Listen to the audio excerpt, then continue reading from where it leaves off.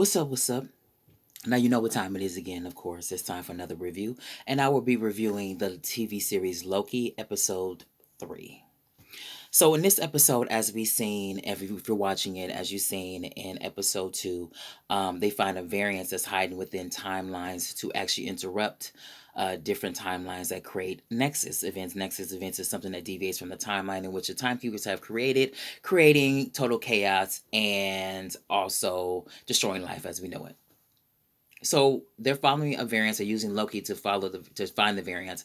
The variance escapes from where they're hiding in 2050, and then Loki follows her to the a secret location in which they fight, they tumble, and then the actual time capsule thing accidentally transport them to the year 2070 into a planet called actually it's a moon called Lemetius, and which a planet is getting ready to crash into the moon, destroying life on this planet. I really like the cinematography in this episode. The color schemes are really, really pretty. It's a blue purple. I like the costuming of the people who actually live and inhabit on this moon. And I also like the interior shots in which they're at the restaurant. Um, and it's a code of green, which is kind of which is basically the theme in the color scheme for Loki series in general. Um, we get to know the variants very well. We get some backstory through dialogue, through flashes, flashbacks, and also through.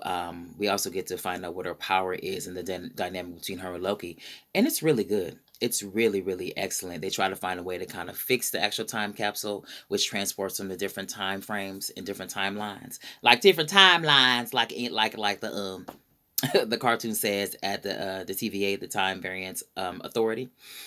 And we get to know her, and her and Loki's interaction is very well done. The chemistry is very solid. We actually get to see the planet in which they inhabit. We learn some tricks or two in which they interact. Um, the episode is pretty good. I must say it's pretty good. It's pretty solid. I do want to get more so into, I know, which was this just episode was solely to get to know the variants and her motivation and how she doesn't consider herself a Loki at all, which is really interesting. But I'm really excited and a little bit anxious and looking forward to the last 3 episodes. We're at the midpoint now in episode 3. It's only 6 episodes, which I really hate. But because I want more. WandaVision got 9, Falcon and Winter Soldier got 6, and now Loki gets 6.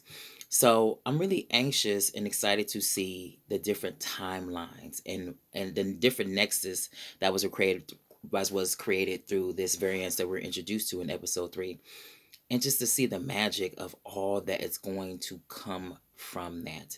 I'm so looking forward to episode 4. Um, as per usual, Marvel Studios are is really doing a good job of introducing characters, what their meaning is, what their purpose is moving forward in the MCU, how they're going to be used. Because I'm sure she's going to be showing up in some movies. This particular Loki too. I like how they expanded and actually showed her power as well. Um, Even though it was good to see, I kind of felt like it was a little bit of waste of time as far as like the restaurant scene. It was really well produced and filmed, but it was like it was one scene where Loki was kind of laughing and talking with the people of the planet as it's getting ready to destroy it. Like there's mayhem. The variants end up falling asleep in the restaurant. I kind of just I think they really should just got to the point and actually to more to the storyline as opposed to showing Loki having a good time. Even though it was good and I did enjoy it, um, it looked like it was redundant, to be honest with you. This planet's getting ready to be destroyed, and this you guys are trying to find a way to escape, and it just felt like it should have been more so to the storyline as opposed to her falling asleep and them taking a train ride to another location on the planet that's ultimately doomed anyway. So I give this episode a solid B. Now please subscribe to my page because I will be uploading a review at least once a week. And if you like what you see, don't forget to subscribe, please.